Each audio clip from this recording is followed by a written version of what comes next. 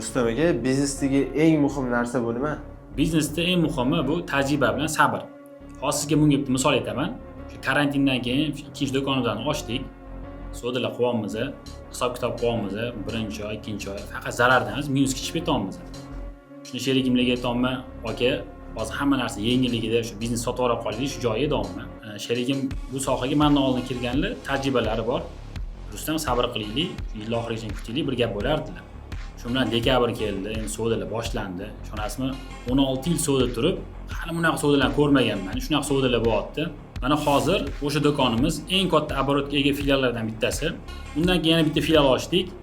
Ishonasizmi? Do'kon o'zini oqlaguncha bir 1,5-2 yil vaqt ketdi. O'sha boyiga orttirilgan tajriba, ya'ni sabr bu do'konda qo'l keldi. Hozirgi yoshlarga shuni aytmoqchimanki, biznes boshlayotgan bo'lsangiz, biznesda eng muhimi tajriba bilan sabr.